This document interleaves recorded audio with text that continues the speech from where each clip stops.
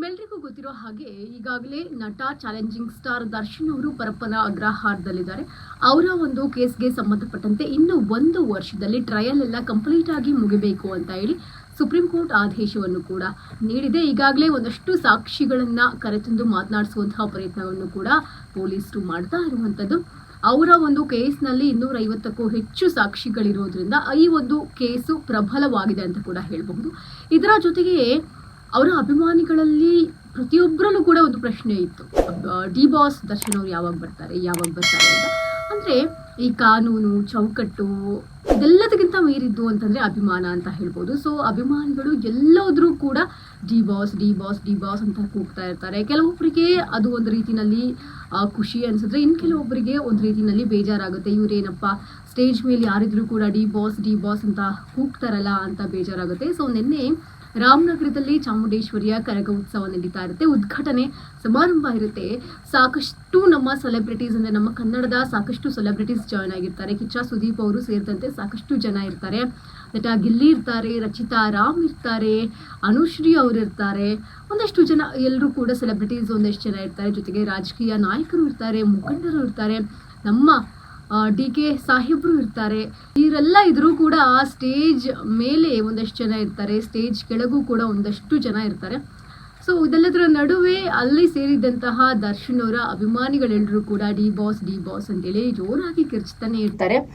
ಆ ಮುಖಂಡರು ನೋಡೋ ತನಕ ನೋಡ್ತಾರೆ, ಅಲ್ಲಿ ಅವರಿಗೆ ರಿಕ್ವೆಸ್ಟ್ ಮಾಡ್ಕೊಳ್ತಾರೆ ಈ ತರ ಎಲ್ಲ ಮಾಡಬಾರ್ದು ಅಂತ. ಆದ್ರೂ ಕೂಡ ಅವರು ಕೇಳೋದಿಲ್ಲ. CM ಮಾತಾಡ್ತಿದ್ದಾಗ್ಲೂ ಕೂಡ ಡಿ ಬಾಸ್ ಅಂತ ಕೂಡ ಕಿರ್ಚ್ತಾನೇ ಇರ್ತಾರೆ. ಸೊ ಅನಂತರದಲ್ಲಿ ನಮ್ಮ ಯಾರು ಡಿ.ಕೆ. ಸಾಹೇಬ್ರು ಅವರಲ್ಲಿ ಕೂಡ ಒಂದು ರಿಕ್ವೆಸ್ಟ್ ಮಾಡ್ಕೊಳ್ತಾರೆ. ಅಂದ್ರೆ ಪೊಲೈಟ್ ಆಗಿ ಅವರು ಹೇಳ್ತಾರೆ, ನಾನಿಲ್ಲಿ ನಿಮ್ಮ ಸೇವಕನಾಗಿ ಬಂದಿದ್ದೀನಿ, ನಿಮ್ಮ ಕಷ್ಟ ನನಗೆ ಅರ್ಥ ಆಗುತ್ತೆ, ಆದರೆ ಆ ಕೇಸು ಕೋರ್ಟ್ನಲ್ಲಿರೋದ್ರಿಂದ ಕೋರ್ಟಿನ ಬಗ್ಗೆ ನಾನು ಮಾತಾಡೋದಕ್ಕೆ ಸಾಧ್ಯನೇ ಇಲ್ಲ. ಹಾಗಾಗಿ ನೀವೆಲ್ಲರೂ ಕೂಡ ತಾಳ್ಮೆಯಿಂದ ಇರಬೇಕು, ಜೊತೆಗೆ ಪ್ರಾರ್ಥನೆಯನ್ನ ಬಿಡಬಾರ್ದು. ನಮ್ಮ ಪ್ರಯತ್ನಗಳಿಗಿಂತ ಹೆಚ್ಚಿನದು ಪ್ರಾರ್ಥನೆ. ದೇವರಲ್ಲಿ ನೀವೆಲ್ಲರೂ ಪ್ರಾರ್ಥನೆ ಮಾಡ್ಕೊಳ್ಳಿ. ಈ ರೀತಿ ಕಿರ್ಚೋದ್ರಿಂದ ಅಥವಾ ಎಲ್ಲೋ ಏನೋ ಮಾಡೋದ್ರಿಂದ ಏನೂ ಸಾಧ್ಯ ಆಗಲ್ಲ. ನೀವು ಯಾವಾಗ ಪ್ರಾರ್ಥನೆ ಮಾಡ್ತೀರಾ ಅವಾಗ ದೇವರು ಅಷ್ಟು ಅನ್ಬೋದಲ್ವಾ ಅನ್ನೋ ರೀತಿ CM ಡಿ.ಕೆ. ಸಾಹೇಬ್ರು ಮಾತಾಡ್ತಾರೆ.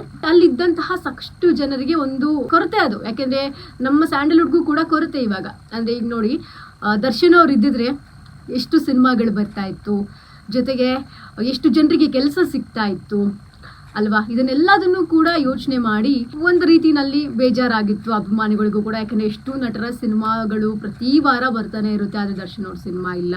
ಡೆವೆಲ್ ಸಿನಿಮಾನೇ ಲಾಸ್ಟ್, ಅವರ ಸಿನಿಮಾ ಯಾವುದು ಕೂಡ ರಿಲೀಸ್ ಆಗಿಲ್ಲ, ರಿಲೀಸ್ ಆಗಿದೆ. ಬಟ್ ಫ್ರೆಶ್ ಸಿನಿಮಾ ಅಂತ, ಫ್ರೆಶ್ ಕಂಟೆಂಟ್ ಅಂತ, ಈಗಿನ ಒಂದು ಲುಕ್ ನಲ್ಲಿ ದರ್ಶನ್ ಅವ್ರನ್ನ ನೋಡ್ಬೇಕು ಅಂತ ಅಭಿಮಾನಿಗಳು ಎಲ್ಲರೂ ಕೂಡ ಒಂದು ಆಸೆ ಇದ್ದೇ ಇರುತ್ತೆ. ಸೊ ಆ ಕಾರಣಕ್ಕೆ ಅವರಿಗೂ ಕೂಡ ಬೇಜಾರಾಗಿತ್ತು. ಎಲ್ಲೋದ್ರೂ ಕೂಡ ನೋಡಿ, ಈಗ ನಾವುಗಳೇ ಎಲ್ಲೋದ್ರೂ ಕೂಡ ಪಬ್ಲಿಕ್ ಬೈಟ್ಸ್ಗೆ ಹೋದ್ರೆ, ಸಮಥಿಂಗ್ ಎಲ್ಲೋ ಯಾವುದೋ ಪ್ರೋಗ್ರಾಮ್ಗೆ ಹೋದ್ರೆ ಅಲ್ಲೂ ಕೂಡ ಡಿ ಬಾಸ್ ಅಂತ ಇರ್ತಾರೆ. ಅವರು ಗಳಿಕೆ ಮಾಡ್ಕೊಂಡಿರುವಂಥದ್ದು. ಇವತ್ತು ಕಳೆದು ನಾಳೆ ಆಗೋ ಅಷ್ಟೊತ್ತಿಗೆ ಅದು ಬಂದಿರೋದಲ್ಲ, ಅದೊಂದು ಸಾಮ್ರಾಜ್ಯ ಕಟ್ಕೊಂಡು ಸಾಕಷ್ಟು ವರ್ಷಗಳಿಂದ ಕಟ್ಕೊಂಡು ಬಂದಿರುವಂಥದ್ದು. ಸೊ ಈಗಾಗಲೇ ದರ್ಶನ್ ಅವ್ರು ಏನಾದರೂ ಆಚೆ ಇದ್ದಿದ್ರೆ ಹೇಗಿರ್ತಾ ಇತ್ತು. ಸೊ ಅದೆಲ್ಲದಕ್ಕೂ ಇಮ್ಯಾಜಿನ್ ಮಾಡಿಕೊಂಡು ನಿನ್ನೆ ಪ್ರೋಗ್ರಾಮ್ನಲ್ಲಿ ಏನಾದರೂ ಹೇಳ್ತಾರೇನೋ ಅಂತ ಹೇಳಿ ಅಭಿಮಾನಿಗಳೆಲ್ಲರಿಗೂ ಕೂಡ ಒಂದು ಆಸೆ ಇತ್ತು. ದರ್ಶನ್ ಅವರು ಕೂಡ ಬರ್ತಾ ಇದ್ರು ಕಾರ್ಯಕ್ರಮಕ್ಕೆ, ಅವ್ರು ಏನಾದರೂ ಆಚೆ ಇದ್ದಿದ್ರೆ. ಸೊ ಅವರು ಒಂದಷ್ಟು ಡೈಲಾಗ್ಸ್ಗಳನ್ನ ಹೇಳ್ತಾ ಇದ್ರು. ಆ ರೀತಿ ಸ್ಟೇಜ್ ಮೇಲೆ ಅವ್ರನ್ನ ನೋಡಿ ಎಷ್ಟೋ ವರ್ಷಗಳಾಯ್ತು ಅನ್ನುವಂತಹ ಫೀಲು ಅವರ ಅಭಿಮಾನಿಗಳಿಗೆ ಇದ್ದೇ ಇರುತ್ತೆ. ಸೊ ಈ ಕಾರಣಕ್ಕೆ ಅಲ್ಲಿ ಡಿ ಬಾಸ್ ಅಂತ ಕಿರ್ಚ್ಕೊಂಡಿದ್ದಾರೆ. CM ಡಿ.ಕೆ. ಸಾಹೇಬ್ರು ಮಾತಾಡುವಂತಹ ಆರಂಭದಲ್ಲೂ ಕೂಡ ಎಲ್ಲಿ ಕೇಳಿದ್ರು ಕೂಡ ಡಿ ಬಾಸ್ ಅಂತೇಳಿ ಒಂದಷ್ಟು ಸೌಂಡ್ ಬರ್ತಾ ಇರುತ್ತೆ. ಆ ಟೈಮ್ನಲ್ಲಿ ಹೇಳ್ತಾರೆ, ಕೋರ್ಟಿನ ವಿಚಾರ ನಾನು ಮಾತಾಡೋ ಹೋಗಿಲ್ಲ ಈ ಸ್ಟೇಜ್ ಮೇಲೆ, ನಾನು ನಿಮ್ಮ ಸೇವಕನಾಗಿ ಬಂದಿದ್ದೀನಿ. ಪ್ರಯತ್ನ ಎಷ್ಟೊಂದು ಸಲ ವಿಫಲ ಆದರೂ ಕೂಡ ನಮ್ಮ ಮನಸ್ಸಲ್ಲಿರುವಂತಹ ಪ್ರಾರ್ಥನೆಯಿಂದ ನಾವು ಏನನ್ನು ಬೇಕಾದರೂ ಗಳಿಸ್ಕೊಳ್ಬಹುದು ಅಂತ ಇಲ್ಲಿ ಅವ್ರು ಹೇಳ್ತಾರೆ. ಸೊ ಈ ಕಾರಣಕ್ಕೆ ನೀವೆಲ್ಲರೂ ಕೂಡ ಸೈಲೆಂಟ್ ಆಗಿರಬೇಕು, ಸೈಲೆಂಟ್ ಆಗಿ ಪ್ರಾರ್ಥನೆಯನ್ನ ಮಾಡ್ಕೊಳ್ಬೇಕು, ಅವರು ಬೇಗ ಆಚೆ ಬರಲಿ ಅಂತ. ನಿಮ್ಮ ಕಷ್ಟ ನನಗೂ ಕೂಡ ಅರ್ಥವಾಗುತ್ತೆ, ನಿಮ್ಮ ನೋವು ನನಗೂ ಕೂಡ ಗೊತ್ತಾಗುತ್ತೆ. ಆದರೆ ಈ ಕಾರ್ಯಕ್ರಮದಲ್ಲಿ ನೀವು ಆ ರೀತಿ ಮಾಡೋದ್ರಿಂದ ಏನು ಸಿಗುತ್ತೆ ಅನ್ನೋ ರೀತಿಯಲ್ಲೂ ಕೂಡ ಅವರು ಮಾತಾಡ್ತಾ ಹೋಗ್ತಾರೆ. ಅವರಿಗೂ ಕೂಡ ಒಂದು ದೊಡ್ಡ ಜವಾಬ್ದಾರಿ ಇರುತ್ತೆ.